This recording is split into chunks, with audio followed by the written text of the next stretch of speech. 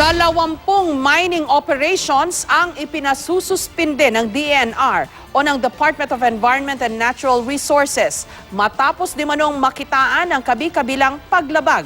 Binigyan naman ng 7 araw ang mga mining corporation para magpaliwanag.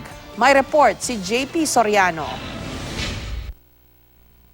Walang permit para magputol ng puno, walang water permit, at iba't ibang paglabag sa Mining Act na nagresulta sa siltation at soil erosion.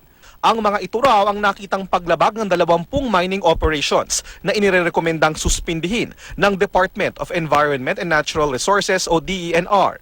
Ang mga paglabag na ito nagresulta raw sa pagkukulay tsokolate o pamumula ng mga ilog at dagat. Dahil din daw sa maling pagmimina, nagkaroon ng pagguho ng lupa na nakakaapekto sa ilang mga bahay. Nakalbo ang ilang mga bundok at nabarahan ang ilang ilog.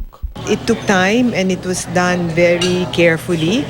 And I would like to meet the miners, and then talk to them and let's see what we can do together. But where I will be not moving at all from my position is we cannot allow them to continue to make money while people suffer. It's just not right at all.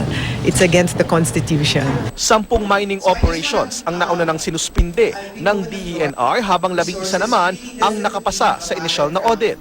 Ayon sa DENR, bibigyan ng 7 araw ang mga mining corporation na sagutin ang findings bago sila maglabas ng desisyon. They have to justify that the findings of the audit are not true kung ma-justify nila. And then after that, the department will evaluate. Then after the evaluation, the department will render the decision whether or not to suspend the operation. Ang SR Metals na isa sa inirekomendang suspindihin, kumpiyansa raw na masasagot nila ang mga isyong tinukoy ng DENR. Nanindigan din silang kumikilos ang kanilang kumpanya nang naaayon sa responsableng pagmimina. Muli namang nilinaw ni DENR Secretary Lopez na hindi siya tutol sa mining. Ang kanya raw nilalabanan ay ang maling pamamaraan ng pagmimina kung saan na nakikinabang lang di umano ay ang mga pribadong kumpanya. JP Soriano, GMA News.